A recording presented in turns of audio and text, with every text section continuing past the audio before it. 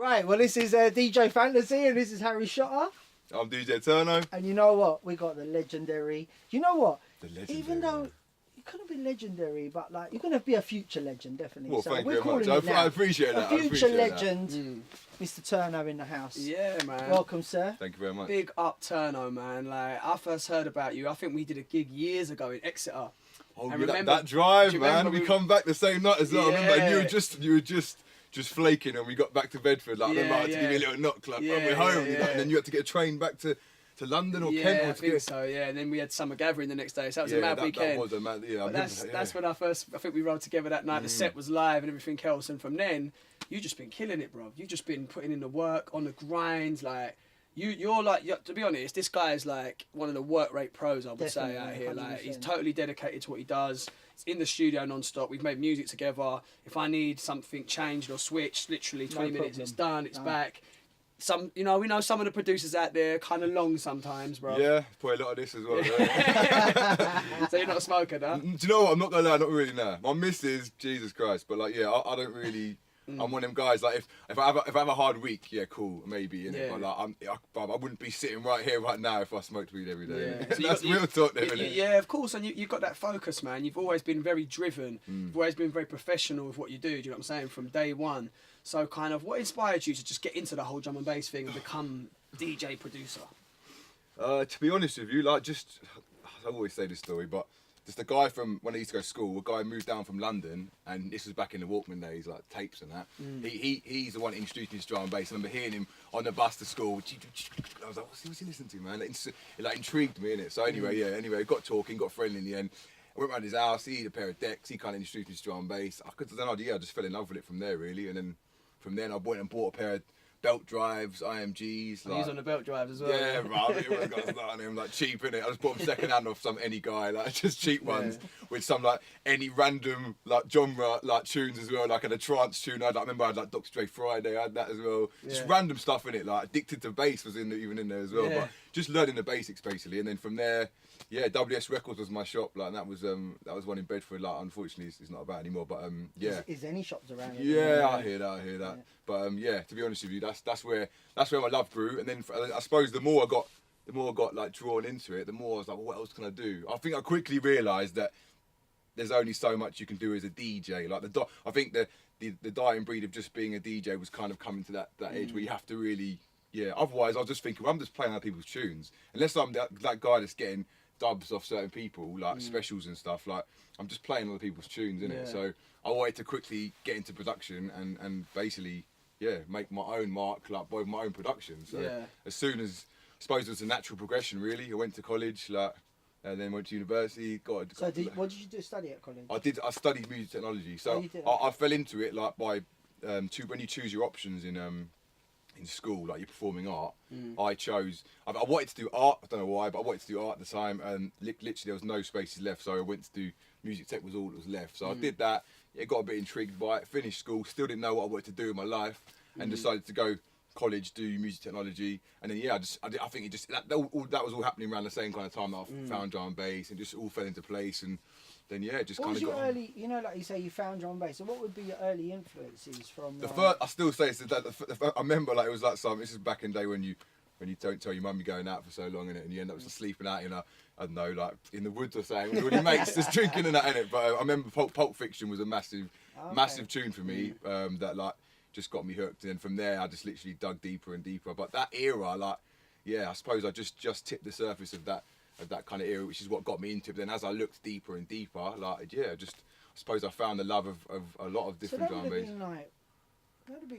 Pulp Fiction was 95. Yeah, it was old. Yeah, it was old. But I think it was back in the days where, like, in 95? Nah, 89. You know what it is though? Some tunes they stand the test of time. And that one, Jesus Christ, does, man. As an MC, I still want him to play Pulp Fiction now because I can spray on. Yeah, but that's why his track that he done recently. Oh, Big Friend. Yeah, Big Friend. You used to be, I play that tune. I'm always on him to play that tune, man. Always. Respect, man. I kind of see. I think that's what I kind of wanted to do with that was kind of. Be creative, a modern. Basically. It definitely had that kind of. Yeah, kind of vibe. Quite a simple, kind of catchy, like simple re-space, I guess. And And yeah, that's half maybe that's what influenced me to do that maybe so many years ago. Like, you know what I notice about you with production is you don't have a sound. You do you know what you people kind say of this? like People say they can clock my tunes from like my edits or my drums or just little I don't know, suppose just drum edits and stuff like that they can pick up on and because I'm the same. I might have certain sounds that I reuse, but more of the time I try and approach every project differently, like with its own purpose and own personality, really. Because I think, I could just reuse the drums and stuff again. I could reuse the bass again, like. But again, I think for my own pride, I have to see every project differently and see it out with a new light. And that's sick as well, man. I think that's a good way to look at it. And I think that's why a lot of the times with Turno, what I notice as well, a lot of the older producers and the really credible producers, they say he's one of their favourites out of the new guys coming through because the mix downs are always good. It's not just a good idea. Do you know what I mean? The mix downs are always there. I think the whole project needs to be well thought out and needs to be right in it, really. And that's why sometimes tunes can take a day, sometimes they can take weeks, months, sometimes years, man. Like, you never know. But some of your collabs, like I think like the new collab you've done with AMC. I mean, I love. Because I love what AMC does, and with what you bring into it, kind of more lends it to our world. Which, do you know what I mean? And I love that. And I also love like when you and Dom get together. I think like it's it's quite. They're really like they just work. Do you know what I mean? Yeah, man, definitely. I enjoy working with producers that I think that can I suppose inspire me or I can gain something from. Obviously Dom, I've known him for years. Like, he's a lovely brother and we just work well together. Like, I think his tunes do Danger in a Dance and we've known each other for years. I suppose we've come up together in the sense of like we're in the same we're in the same year, if you like, and we kind of come through together and it's nice to see that both avenues are doing well. But yeah, it's nice to link up with someone like that because we've been making tunes together for a while now. So he's definitely, a good link, man. I mean, and it's like you said, the AMC link up. That's a wicked link up, and obviously the track we did as well with North Base because of course, you know what I'm saying, which was that's done numbers as well. That's done numbers, man. And also I've had people like Friction hit me up, and he loves the way that it's kind of fusing a more techie sound with the jump up sound, and it's kind of bringing the two worlds together. And that's exactly what I think. What I wanted to do, and I think same with AMC and just in general. I think Annex are doing it well, and I think there is certain people that are doing that kind of hybrid, I guess. Like, but that way, it's joining the world. You're getting like the kind of. Because I think with Jump Up, it's all about riffs, really, innit? Let's be honest. Like riffs, catchy riffs. It's nothing too mad. Like with the techie stuff, it's more about the production kind of techniques and just the final product. Like obviously, there's a fine line between the both. But if you mix them together, then you get. Do you know what I mean? You get the production qualities of the tech side, but then you get the more kind of structured riffs of the Jump Up. And the vibe of the Jump Up. Yeah, and the vibe, And Jump Up's got a vibe. Yeah, man. It's party music and it's called Jump Up for a reason. So, and I think if you can join the two together, then then we're onto a new hybrid of like genres, sub-genres. Yeah, which is good, man, because like one thing I always say, I used to like it back in the day when there'd be an Ed Rush and Optical set, then a Magistrate set, then that, whereas now we're all kind of cornered off on our own separate nights. That's why I like playing for like Enter or like Warning and stuff, because you've got most of the time there's a couple of jump up acts on, but you never really put like kind of like two jump up acts together like after each other, and it breaks it up nicely. And when you got your set, like you're not playing like the same tune that everyone's played already that night. Do you know what I mean? Like, because there's only a certain amount of rhythms everyone's got, so.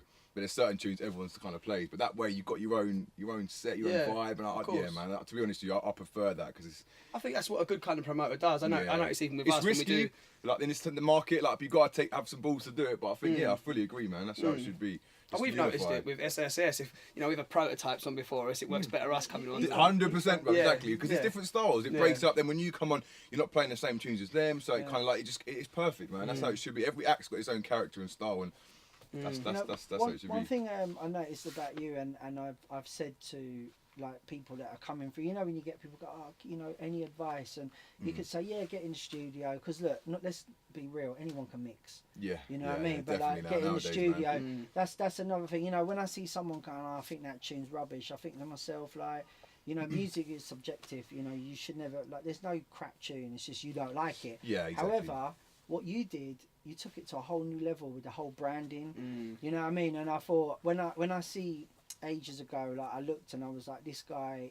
Before I knew that you were going to be successful because, like you tick so many boxes. Do you understand what I mean? And I think what you've done with the whole time is amazing. But I have a question. When's now gonna finish? When is it? The time is next. Never gonna finish. The time is always gonna be now. Like till the day I die, till I've achieved everything I want to achieve. The time is never not gonna be now. You heard that first. Yeah. But yeah, again, bro, like when I think about some producers, I think of them as producers. Yeah, they make great music in the studio. Yeah. I think of you as an artist, and there's not many. That's exactly what I'm grateful for. Thank you There's very not much. many I would say that about. Do you know what I'm saying? They're great producers, great DJs, but I see you as an artist. You're very much, you know, on the image, very well groomed. Yeah, thank you very much. That's why it was late. That's why it was late today, late. having a little trim and that. You know what? I nearly did. I'm not gonna lie. I'm my brother. I was like, "Can you fit me in?" But he couldn't fit me in. So but now I see you two, and I'm like, you know what? It's cool. The beard's alright. The beard game is not too stuck. I ain't had a trim since last week, so it's all good. It's all good. It's all good. But yeah, man. I mean, but yeah, like you're saying as well, and you're also linking up with Dreps now to this Team Drums thing, man, which I'm very excited about that. Do you know what we've been talking about for a minute, man? But I think, yeah, man, I fully love what he does. I think he's a great artist. Again, he can show. He kind of like. He reminds me of me in the sense of he's not just an MC. He can fully spray on all types of genres, and he's got content. Look, the way he spits, he's got his own character, man. Like which is very massive character, like which is needed these days, man. But it's not seen enough, I don't think. But he's definitely got his own lane, man. And we were at a show the other day, and you know, we were early for and we were just there kind of watching what was going on. When he come on, I said to you, I goes, wow, he just lit up the stage. And, you know, if you think about what you can bring to the table and what he can bring to the table, this team exactly very strong. Very we've been speaking a lot actually. We he's coming down next week for a couple of days, but and we're going to kind of just map out some things. But yeah, it's again, it's another avenue. It's exciting. It's, you know, I've worked with a lot of MCs, a lot of people, which is I love it, man. But it's nice to now think that I can build something with someone. Do you know what I mean? Yeah. Sounds like he's my girl. But yeah, like you know what I mean. You can actually start building. He's also a really big character. I mean, you know, like when we had a flight delay the other day, we was stuck in the airport for like 5-6 hours, and I tell you what, he had everyone's spirits up, like having a right old laugh. He's a viber, definitely. Yeah, and I had a couple of people like Dextone was like, oh man, I didn't realise how funny he was, and I was like, you have to be in this kind of environment with him to really see him come definitely, out man. himself, I agree, man. He's evolved a lot as an artist, man, and again, I believe he's got a long career ahead of him, man. So that's I think him coming together with you, that's a strong unit. Definitely. You two coming together. I looking forward to that, agree, man. So am I. Like, I think we're obviously the innovation boat party sold out, and we're really looking to create some vibes on that. So I'm looking forward to kind of. Well, what we've done is you're actually doing an SASS show with us at Fabric. Oh, sweet. And it's I think we were trying to think of a tagline. The time is Team Drums. I personally think Team Drums is now. Team Drums is now. That's Team Drums. Let me make a note. No, seriously, I actually said to them, like, we want to kind of, because you know the time is TNA. Yeah. You know when you did our other show in Bristol. Yeah, that was, I can't forget. I just thought, no, but it's a good way. Let's say, for future reference, let's have it as the TNA is now, like, not time is TNA. It rings better, I think, after time. Time is TNA was good. Yeah, nothing wrong with it, man. I'm just giving you some critique for the future. Something to work with, man. Some constructive criticism for you. The good thing about it is we can do it again. We can do it again. Flip it and everyone go, I've never seen that before. Yeah, you did. Probably could happen, yeah. Bro, we could talk all day, but you know what I want to kind of finish with is what's next, because you've done a lot. Can I just say something? We've got about 3 minutes, because he's got a lot of things. Well, let me just get the scroll out. Well, okay, right, so what's next, man? And I don't even mean what's next in terms of I've got a tune coming out. No. I mean your ambitions. I've got an album I'm working on at the moment, Flow Down Deep. That's a big project for me, because obviously I haven't done one yet, and there's going to be a body of work. Is it just going to be drum and bass or a mixture? I'm not gonna lie. I think it is, yeah. Just because obviously it's on Low Down Deep. Yeah, I want to represent the whole drum and bass, but yeah, I think it's mainly gonna be drum and bass. I think personally, going on to aspirations of what's gonna happen next, when I start my own label in the next couple of years, that's when I ideally wanna cover all angles in it, really. And when I do my first, like, I don't know, I suppose multi-platform album, whatever you want to call it, I will definitely be venturing into other genres, because that has always been. Yeah, and you're good at it as well. Yeah, I've been to his studio, and I've been to his studio, and obviously I've heard stuff that isn't even out. It's probably just shells that are sick. We've done like a few trappy kind of done a track with P Money, for instance. You know what I mean? So, but like I say, for me personally, I just want to venture into as many markets as possible. Like there's no like end goal, I suppose, to be take over the world, but that's not gonna. Well, it could happen. But yeah, I just there's no like end aspirations. The clothing label, obviously, I want to get that in shops in the next couple of years. That's currently getting worked on. Events from the Time Is Now. The brand of Time Is Now in general. That's going to be my kind of legacy as such. That's what I'm really working towards. But as Turno, like again, yeah, just as many different markets. But I think just expect the unexpected because I've got a lot of things I want to do, and I feel like I haven't even peaked yet, and I've got a lot more to offer. Which I've not even really ventured into. Can I say one thing as well, which I think is great? What you do is you actually like put time into new artists and try and help them learn to produce. Yeah, thank you, man. You know, if there's anyone out there that looking to like try and get on a production ladder, do you want to just tell them? Yeah, so I do a thing called Your Time Is Now. So I teach up and coming artists that maybe are stuck in their careers or they just want a helping hand, etc. in production or in general how to get out there as a music artist. I do a platform called Your Time Is Now. You can go on to the Time Is Now website, which is www.timeisnow.uk.com. Go to the Your Time Is Now page, submit your entry if you like. And can I just say, if you enter in the code fantasy stroke Harry Shotter, you'll get a discount and we get a kickback. He said it. Oh my days. You know what? I just want to say, like, we're proud to present you with the YouTube cushion or like outstanding contribution. I'm taking to the that. scene. I'm definitely taking that. Turno, legend, Thank you future very much. legend. You know what? Thank you so much for coming down. Thank you very much. It's an absolute pleasure. Salute. Peace.